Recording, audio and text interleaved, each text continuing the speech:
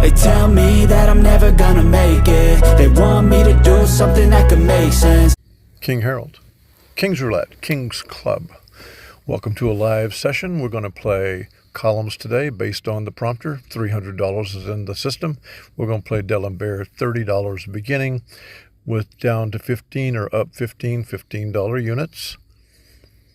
And we are going to make ourselves $345 at a minimum. And we're going to walk right out of this place with $45 of their money, which doesn't sound like a lot, but I promise you, when you watch how much they cry about it, they are not happy with giving up anything. We're right here with $30 bets on columns 1 and 3 based on the prompt that we received from the previous number. $300 in the machine. We're down $60 right now because we have $60 in play. Welcome, King's Club. We're looking for an extra edge all the time. Everything I'm looking at is trying to get us an edge. Now that $90 popping up there, like I said, that's not 90, it's actually 60, but that's okay. You know what's happening here. So we're ahead. So we're going to go to $15 bets. Jumped out in front right away. That's kind of nice. Sometimes you get started slow, but we got columns 1 and 2 now at $15 protected. We lose this, we're still ahead. We're all about winning.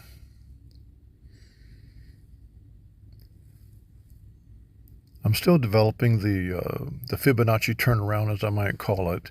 The way we get Fibonacci and D'Alembert to dance together. We've got Italian and French going, and that is really, really a good thing for us.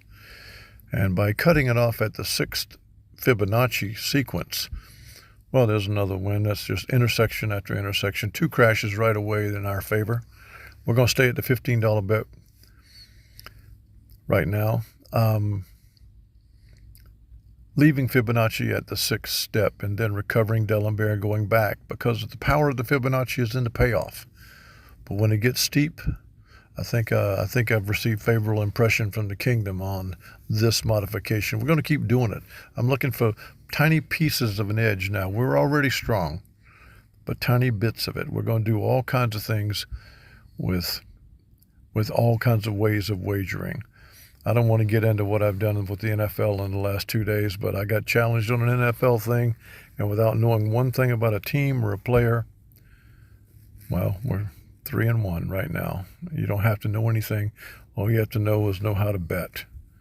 The bet is what matters, not the other details. As we showed here, ups, there is a $60 winner. That is 20% that we have made, and I don't want to exaggerate. I think it's 5 or 6 minutes that we put $300 this machine, and we hit a $30 bet, then we hit a $15 bet, then we hit another $15 bet, and we came in with $30, and we have $360. There's our ticket cash out. We're just going to walk over to this machine and take the money away from these people. $60 of their money is going to go to my car, because that is the third tenet of the algorithm. Patience and discipline. Patience to wait for the numbers, discipline to leave when you're 15% or more ahead. There's another day. You're a professional at this. You're not looking for entertainment. You're not looking for fun. You're looking for money from these people, because they don't give it out to anybody except us. Keep taking it.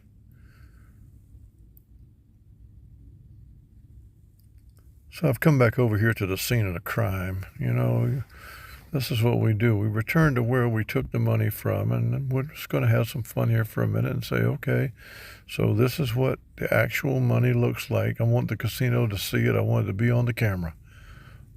You guys are following me around with cameras anyway, so you ought to see what's happening to you.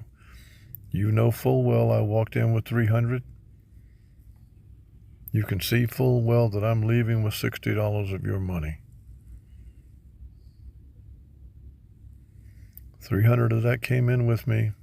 360 goes back out with me. 3 spins, 5 or 6 minutes. No stress.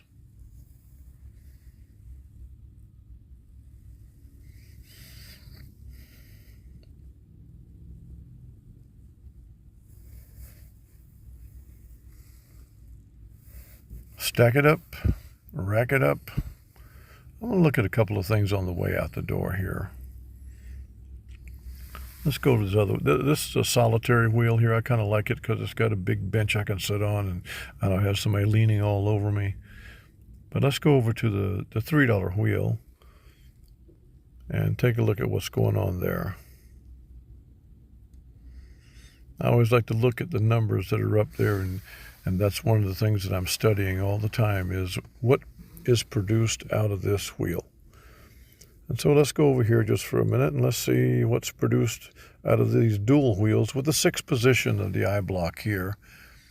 This eye block is most assuredly intuitive at best, rigged at worst, but we can still win at it. There's the ball spinning, the wheel moving, the wheel adjusting to the speeds.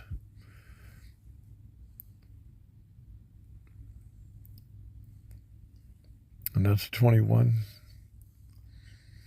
The 21 red comes up after the 4 black numbers, but look what's looking up there. I see 3 black 2s. Now, if you're playing probability, there's no way you'd have any of those. That you would never believe that another 2 could hit. How could it possibly hit? It's just hit. There's 38 numbers there. The 2 is hit. How is it going to hit again? Everybody in this kingdom knows how it hits again. It's random. It can hit as many times as you want it to hit. That 2 has got no rules. That 2 is not covered up now. It is still available for that ball to land in. And that ball was hunting the 0 right there. Oh my gosh. It missed the 0, but what does it hit? It hits the 4th 2. Now, who in the world is going to believe that? I tell David and Alex at the dealer school.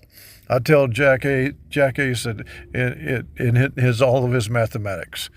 And I tell the roulette master, you can go with your probability all you want, but you're laughing in the face of reality. This game is random. You can't bet against anything. You certainly would have bet against a 2. You'd have bet against a 2 once. You'd have bet against it twice. After it came up 3 times, you'd have bet your life it can't come up 4th. And yet, it did exactly that. Now look at that. That's a 27. Look at beside the 00. This wheel is hunting the 0. It came to the 2. It came to the 27. This is apparent as the nose on your face what that wheel is doing. It's trying to catch the 0.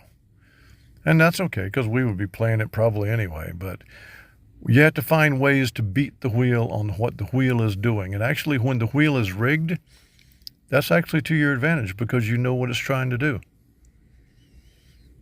When you know what something's trying to do, your opponent, you know what it's trying to do, that wheel is your opponent. You're putting your random numbers at it, and it's pushing random numbers out at you for intersections and wins. 15% go to the door. Today I get to go with 20%, but it was just an accident that we overshot the runway a little bit.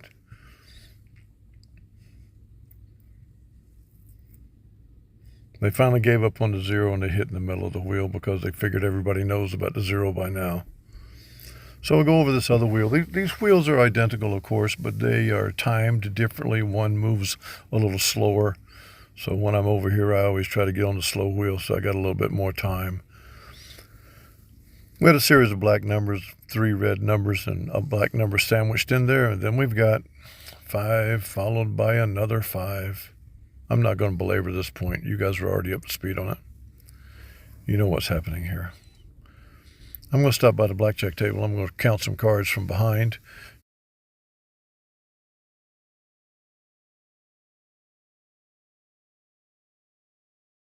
When you're doing it spontaneously, things happen.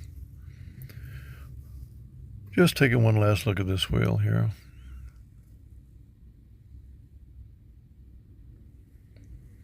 So there's another red number. So 7 out of the last 8 numbers are red. Probability players would have been playing black in there and going straight down that golden road to hell. You just can't do it. You can't try to figure probability so you can pat yourself on the back and say how smart you are. You have to give it up. Go on cruise control, take your hands off the wheel, and let these numbers collide and take your money out of here. And take it out every day. We're at day 35. I've taken the money out every day. At some point, there's going to be someone out there convinced that the kingdom is on to something that nobody else is on to. Because I can tell you right now, management at casinos, they already know. Hunting the zero again. There it is. Hunting the zero. It caught a black number 28. It wasn't trying to get a black 28. It was trying to get a green zero. It just ended up with a black 28. For now, till the next time we're together, the King loves you all and bids you adieu.